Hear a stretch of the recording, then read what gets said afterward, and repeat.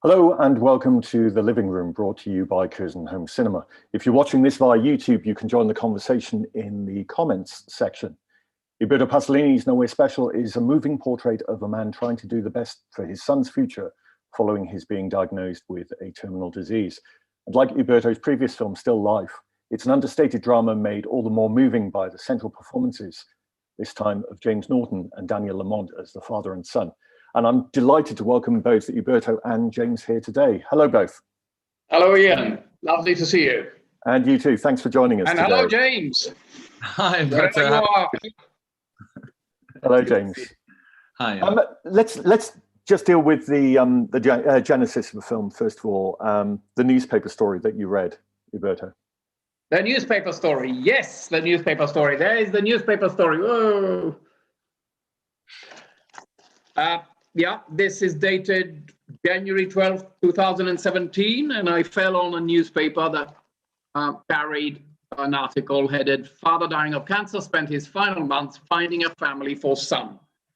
And I felt, what an extraordinary situation, what a very sad situation, and what a very special situation for a parent to be in, for a father to be in.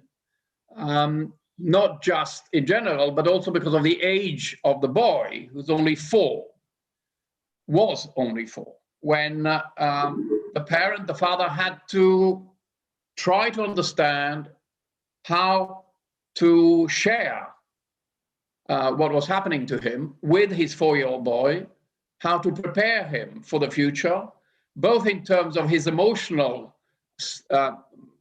life without him, and his practical life with somebody else, with another family, with the next family.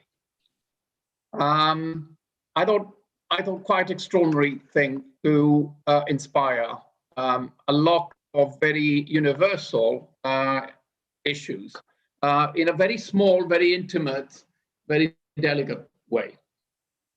And James, can you talk about your response to the script and the actual story when you first read it? It was very immediate and powerful. Rare that you read a script and you have to put it down. Genuinely moved to the point of tears. It's as what I said, it's just painfully honest and human, and we all contemplate our death. We all do it many times a day. And then I'm not yet, hopefully a father one day, but not yet. But I know that parents who I know have discussed how this is a thought which goes through every parent's head. What if the worst happens? And yeah, I mean, it was a no-brainer for me. Everything starts with the script, the writing. That was such a powerful read, and then seeing Uberto's previous work, Still Life, and then meeting in the BFI and having a great chat, which meant to be about half an hour. We ended up chatting for a couple of hours, and it was kind of then and there that decided we were going to do it. And yeah, the rest is history. And can you talk a little bit about the research that went into this, Uberto? Sure. Well, in a way, it had 3 different aspects. One was, how do you get into the head of somebody who's being told he doesn't have many months to live? And so for that, I did a lot of reading biographies and autobiographies of people who were in that situation. And there is a fair amount. Quite recently, there have been a number of books or blogs written by people who are not expecting to be around for long. And that was not something I wanted to write into the script, but I wanted to have in the back of my mind in order for it to be in the back of the mind of the father. The second aspect is how does a father deal with a son who doesn't know what is happening, especially at that age? And how does he bring him to the knowledge of what is happening? And that involved mainly conversations with an organization called Winston's Wish, which deals specifically with helping children through bereavement, young people through bereavement, whether the loss of a sibling or a parent or a grandparent, something like that. And the third thing, of course, was the adoption process. And for that, I talked to many people involved in the adoption, both in terms of their agency work, they're full-time employees of an agency who might be organizing adoptions, or people who have adopted, or people who are trying to adopt, and what brings them to that decision. And of course, every story, every person I talked to had a different story, a different reason, a different way of coming to the idea that they would like to adopt.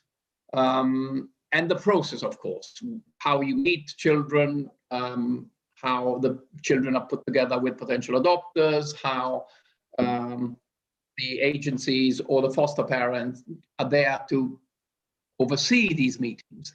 So those three different areas that needed to go into the script were researched. And then, of course, I put a lot of my own parenthood experience, taking nits out of children's hair, things like that. That was being splashed with ice cream, the kind of thing that happens to every parent. And how did the actual writing process progress?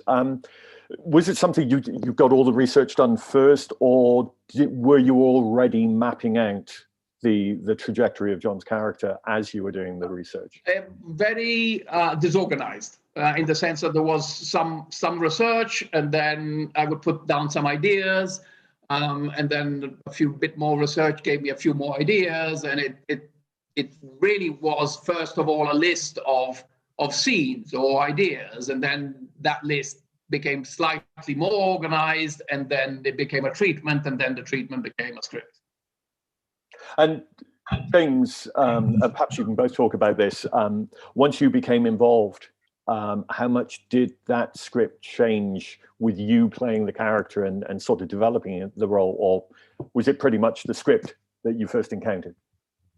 It was, some directors love a lot more collaboration on the script. I think Uberto's script was so strong that no one went into the process thinking that we needed to rewrite. I trusted the script because it was such a powerful initial reaction I had.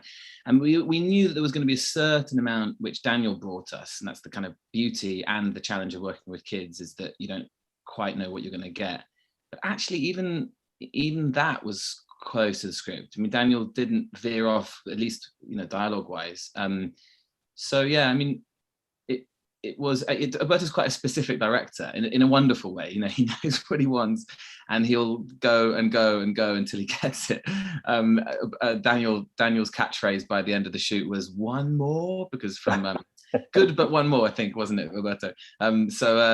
Yeah, I mean, it's always. It can be a slightly restrictive and claustrophobic atmosphere if you don't trust your director and the script. Luckily, in this case, and I'm going to embarrass him, but we completely trusted Uberto, and the script was so powerful that we allowed him to tie us in knots. I think it's lack of imagination, of not being able to think outside of whatever you have written down that the problem is. But to be fair. Once I finished the script, I did never imagine that I would be able to work with a 4-year-old actor or 4-year-old kid. I didn't want to work with somebody who had worked before as an actor anyway, but with a 4-year-old kid who would deliver exactly what I had written. I always thought, in fact, when I was discussing with the director of photography the style of the film, the certainty was we needed to be very nimble. We needed to have a handheld or shoulder-held camera in order to catch whatever our young actor was going to do and then create the scenes around that. But what happened that was extremely surprising is, thanks in very, very large part to James's generosity and hard work, is that young Daniel became a professional actor, completely supported and enabled by James as an example and as a prop, really. And so we ended up actually filming the scenes as written, and Daniel delivered the dialogue as written, something that before we started filming, I really did not expect to be able to do. I thought we are going to vaguely touch upon these subjects in a scene, and let's hope that something that goes along with the spirit of the scene as written will come out from our young actor. But in fact, it wasn't like that at all. It was the thorough work and the closeness and the friendship that James built with Daniel that enabled Daniel to feel comfortable in imitating the professionalism of James becoming John. And so Daniel became Michael whenever we were filming and delivered the dialogue as written. I mean, it was amazing for me because it wasn't just, it wasn't my giving an example and then him following. I got a huge amount from Daniel because it wasn't like, he wasn't like he was sort of conjuring up these words arbitrarily. He knew what he was saying, and I would look into this boy's eyes, and I would hear him, I'd see him processing what I was telling him. When I'm reading the book to him about where dinosaurs go to die, or talking about the dead beetle, I had a little 4-year-old in real time struggling with these very complicated ideas and concepts around death, and so I had a huge amount to work with. It was wonderfully. It was magical for me because as an actor, all you hope for is that you have a generous scene partner, and without really knowing how or why, Daniel was the most generous scene partner. He was always authentic. He everything I got back was purely honest, and I mean there were alongside that there were sort of little shortcuts we had. I would have his hand often, and I would give him little pulses sometimes when he had to say his lines, so he knew exactly when. But even that started to become unnecessary by the end. He really did get to grips with it in an extraordinary way. It was weird. Actually, I want to stay with that for a moment, the interaction between the two of you. I remember some time ago reading an interview with Vittorio De Sica, who was talking about the bicycle thieves, and he was discussing the lead actor Lamberto and his relationship with Enzo, who plays his son Bruno in the film. And he said it was like an interesting dance between Lamberto and myself to work with Enzo, of knowing as a director, when I was no longer the director, I was the observer, watching the actor become the director with the younger actor. And I'm just curious about that relationship between the two of you and that you had with Daniel. Was it something that as the filming progressed, and I know it was only, I think, 21 days, wasn't it? Did you feel that there was a little more interaction with you there, or was it always defaulting to Uberto? I think James should have directed the film. In fact, I think James directed the film. I was there observing from day one. I don't think that's true. We had different roles. It worked really, really well. Whatever. I mean, I hope the film is testament to this. Whatever kind of rhythm we found, it did work remarkably well because, Uberto was the more authoritative figure. He would, not in a draconian way. He would come in and, he was the sort of our director. And then I was Daniel's friend, and so, but often Uberto and I would discuss what Uberto wanted, and then I would quietly go to Daniel as his kind of ally and his equal, and we talk about how we're going to get it done. So there were two channels of direction, and then occasionally what I was doing wasn't working, and then we needed a slightly sterner hand, and Uberto would come in and say, "This is what we need." But I mean, it was rarely did we ever have to force or cajole. It was always very organic. It kind of just. I mean, even this is an amazing part of this filming. The scene when he had to cry, we were kind of anxious about because it was we shot it at the very end of the shoot, and we were aware that really required a performance, a really kind of demonstrative emotion. And on the day his mum told him that that later on in the day he had to be horrible to me, and all day he was anxious about this scene. And then just an hour or two before we were going to shoot it, he said he sort of started getting really anxious and crying and saying, "I don't want to be horrible to James. I don't want to. He's my friend. Why should I be nasty to him?" And then in the scene we had this kid grappling with this horrible thing he had to do, and camera was rolling and we got it, and on a weird intuitive level he kind of knew. So I don't know, we were in one sense very lucky. Daniel was this sort of genius without really knowing it, but somehow the rhythm we found worked really well. And I mean, Daniel, Uberto, a good team, didn't we? Yeah, and not to say anything good about ourselves, but I think quite a unique situation in the sense that it's, on paper it shouldn't have worked. Yeah. On paper, another producer would have said, "I'm not risking this," because you never get a kid to do what you want him or her to do, and you'll never get a kid to do it consistently over a 6-week shooting period. It won't happen. I'm not risking my money, my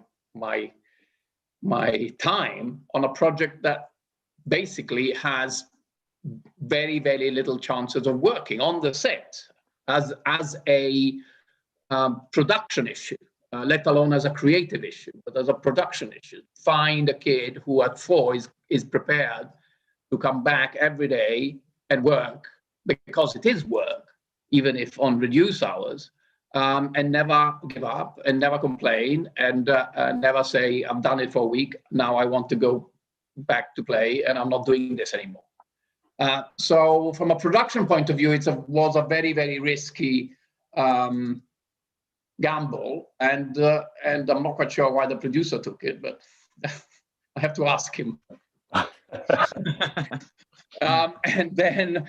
And then from a creatively also it was a gamble. I remember discussing the script with an old friend, a producer, who said there's no point in starting a process where you don't know if you can get an actor to deliver what you're writing.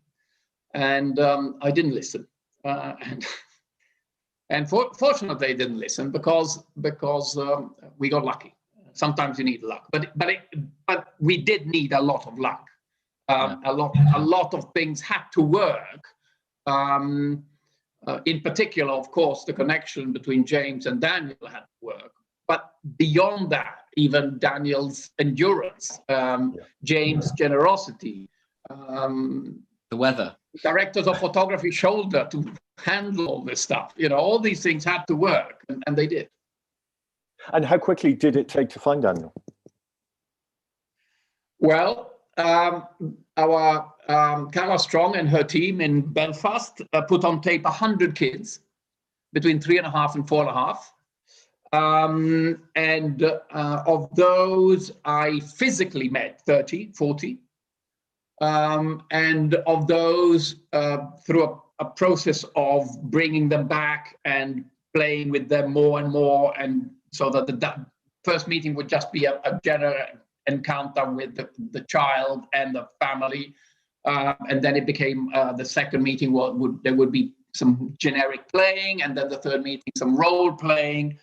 And we ended up with James meeting 2. Three. A set of twins and Daniel. And the set of twins would have made our life so much easier, because we would have been able to shoot for hours extra every day. If the kid had lost focus or energy, then we would have been. That's often what happens with kids, is you have twins, particularly when it's babies. And we took the risk because Daniel was so obviously brilliant, stand out. When I met him, also, yeah. He was I also had doubts about that. The assistant directors were saying, take twins because it will be easier. But I really did believe in the need for connection between the child and the actor playing the father, between the child and James. And I did not believe that connection could be split. Yeah. And I thought it's better to have a closer connection for shorter periods of time on the set than a looser connection with 2 different kids. In fact, we had a scene in the film where we had a set of twins playing one role. And we tried to go from one to the other. And in fact, it didn't work at all. And we started with one, didn't quite work. We went to the second one, definitely didn't work. We went back to the first one, and we finished the scene with the first one. I think it was we did the right thing. I mean, Daniel is magical anyway, but the focus was very important, and the connection, the emotional connection, the friendship that James has built with Daniel. I cannot imagine him being able to build with a set of twins, with two. It just doesn't seem to be right. We should mention as well, Daniel's family are very, very special people. They are they live in Ballymena, and Daniel has an older sister. And I mean, you know, not to call into question anyone else's parenting, but the way Daniel trusts you immediately. He, you know, when I first met him in that first audition, he looked me in the eye and immediately was willing to play. And, you know, he turned his attention to me. It was, you know, his parents were in the room, but he was focusing on me. And that trust then continued. And he just has he sees the world and everyone in it as benign and generous. And that, you know, that his energy filled the whole set. You know, he would wander up to every department, total strangers, you know, film sets full of random, hairy, big dudes. And little Daniel was just joyous with everyone. And I think that comes from a very strong and important family network that he has. It's loving, yeah. He's a very happy child in a way that children are when they are surrounded by a truly loving, supporting family. Yeah, and then when the family was very supporting of the project.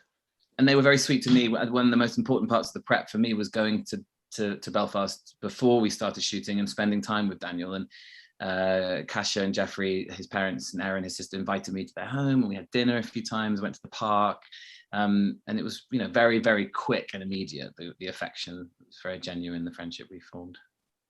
You mentioned Ireland. I've got a question here from Jan from Warwick, who asks, what was the decision regarding shooting in Ireland? Was it just financial, or? It was two things. I wanted to give the story a very strong sense of locale, of a place. And I felt that the Northern Irish accent was going to locate it, to root it very, very strongly. But certainly Northern Ireland Screen, the organization that supports filmmakers coming into Northern Ireland to film, and their support, both practical and financial, was very important to us in enabling us to make it work in Northern Ireland. And of course, Northern Ireland has fantastic crews. Yeah. The depth of crewing there is amazing. So even if you go in as a fourth, fifth project at any one time, the depth of the crews is such that you work with terrific people.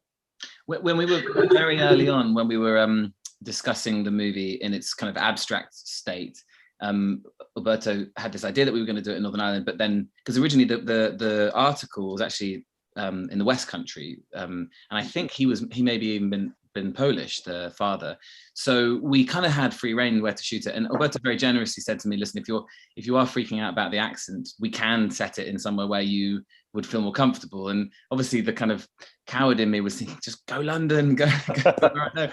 And actually it was one of those great conversations where he trusted my getting the accent, and it paid off so well, because we had an amazing shoot. The weather was kind, but as I said, the crews are incredible, and just that stoicism of, you know, the kind of soulful stoicism of the people living in Belfast is very apparent in the movie, I think.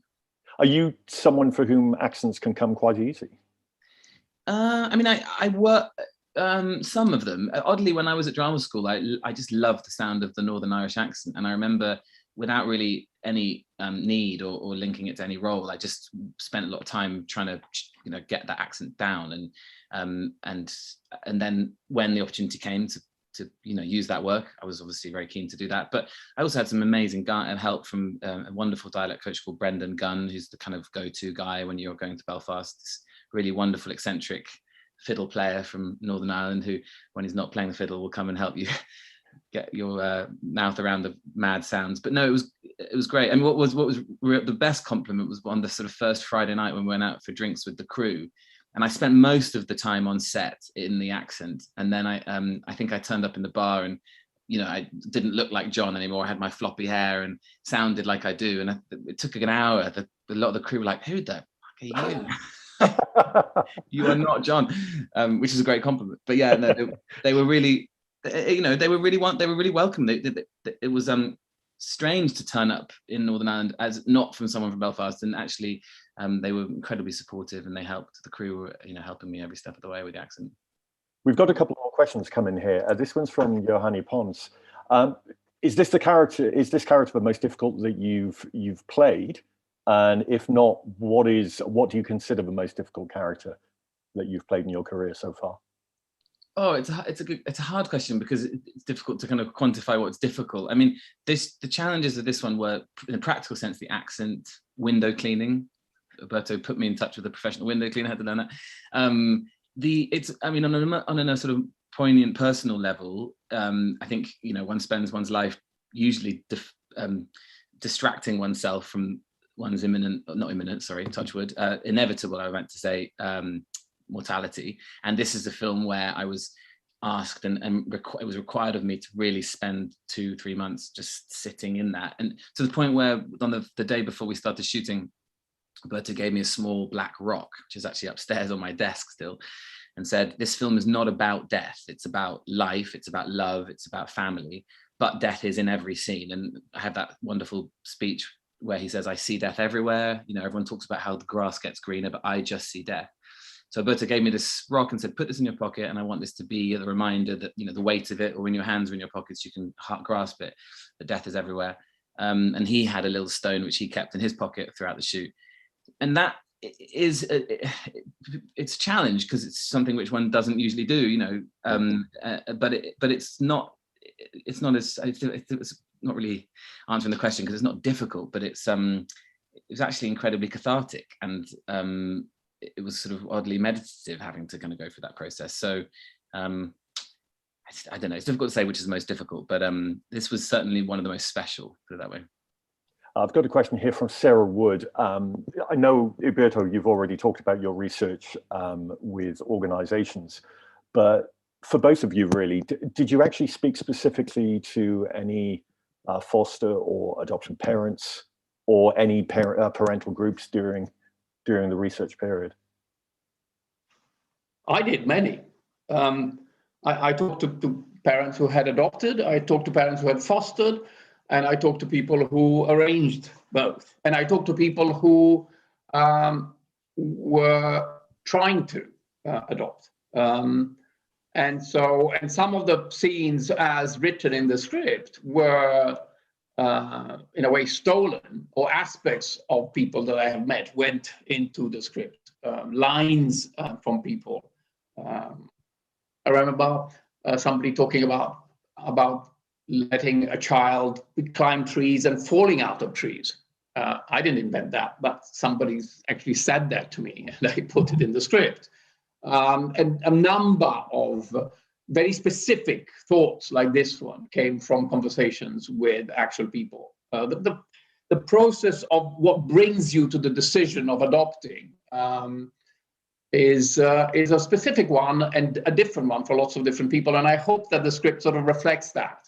On one hand, that you come to it in different ways, and more importantly, that there is no such thing as a perfect family. They're all good families. They are all good families. They would have been all good families in different ways. Yeah. And James, what about you? I didn't, because John isn't an expert in adoption and hasn't adopted himself. So it's one of those ones where the film is about adoption, but my journey through the film is actually one of learning. You know, he's on a road, and he discovers these families along the way, and he meets with the social social services people, and like the audience, he's our eyes and ears. He's kind of going on that journey with them. So it was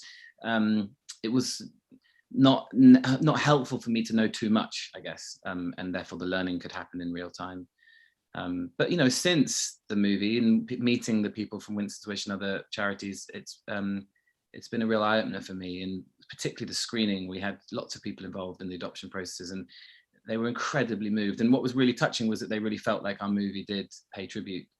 I think, you know, there's an easy movie to make about the complications around it, but ours was a positive portrayal of the adoption process and how wonderful it can be, and the people involved who facilitate it. And I've got one final question here, again, for you, James. This is from Sandy Ruby, who's all the way over in Guatemala. I enjoy it when actors like you take risks with your roles. Are you thinking about taking a step further and venturing into directing? And if so, what kind of film would interest you? I assume it might depend on the script. Wow, what a question.